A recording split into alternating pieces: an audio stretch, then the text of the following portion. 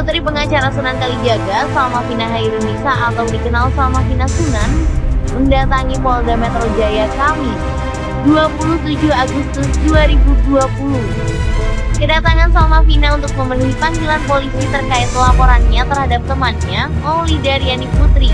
Maulida diduga sebagai penyebar video yang memperlihatkan Salma berada di klub malam. Gara-gara video tersebut Salma dikira sedang teler. Salma datang ke Polda Metro Jaya didampingi sang ayah dan ibunya, Hei di Sunan. Ada satu peristiwa kawannya Salma itu merekam Salma tanpa izin, lalu dia mengekspos ya, atau menyebarluaskannya dengan cara melalui media sosial, itu instastory-nya si terlapor, sehingga keesokan harinya banyak sekali di media sosial netizen maupun akun-akun lambe yang membuat rasa daripada Salma Vina tidak nyaman, bahkan cenderung merasakan nama baiknya tercemar, sehingga pada saat itu kami resmi melaporkan dengan pasal 27 Undang-Undang ITE serta pasal 310 dan 311 KUHP. Kejadiannya itu tahun lalu ya, tahun 2019 sekitar bulan Maret. Itu di mana Bang ngambil gambarnya dulu? Di salah satu kafe di bilangan wilayah Kuningan, Jakarta Selatan. Jadi tadi di dalam gimana Bang diperiksa Bang, kalau boleh cerita Bang? Ya tadi ditanyakan seputar cuma beberapa pertanyaan ya. Ditanya seputar mengenal atau tidak ya orang tersebut, sudah minta maaf atau belum.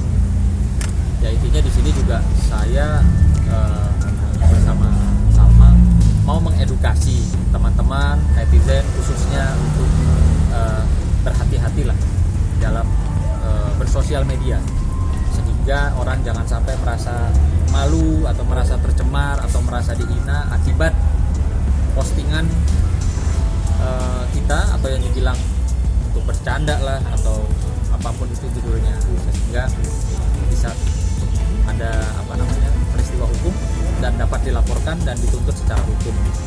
Jadi hari ini Bang ngelapor atau hari ini panggilan dari pihak polisian Subdit Cyber Direktorat Kriminal Khusus untuk Salma diambil keterangan.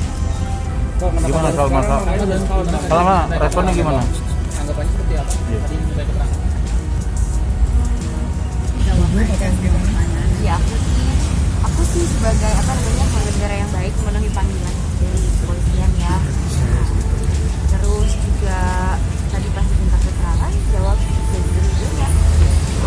Sebenarnya kalau dibilang sahabat bukan memang temannya sudah lama gitu, cuma memang karena waktu itu pada saat kejadian baru ketemu lagi ya, jadi mungkin rada terbawa suasana, tapi udah nggak ada hubungan lagi, udah nggak ada sekitar. Saya perlu sampaikan kalau dibilang kawan atau sahabat semestinya tidak melakukan hal itu. Artinya kenapa dia mesti merekam sesuatu yang kurang pantas untuk disebarluaskan ya, tentunya kan nanti pasti membuat Salma malu, atau orang tua dan keluarganya Salma juga jadi merasa tidak nyaman gitu ya. Nah itu yang saya bilang, makanya Salma kalau pilih teman ya atau pilih apapun hubungannya itu mesti jadi lihatlah, kalau teman tentunya tidak akan melakukan hal seperti ini. Kenapa baru sekarang? Alot ya Bang kasusnya, karena sebenarnya udah pernah dilaporkan juga kan. Bagaimana Bang? Kalau dibilang alot enggak, semua memang by proses ya. Cuma kan memang ada tahapannya. Dari laporan kita itu normalnya biasa turun sampai dengan subditnya itu bisa kurang lebih sekitar 2-3 minggu. Lalu juga ada proses gelar perkaranya seperti apa, alat buktinya kita seperti apa.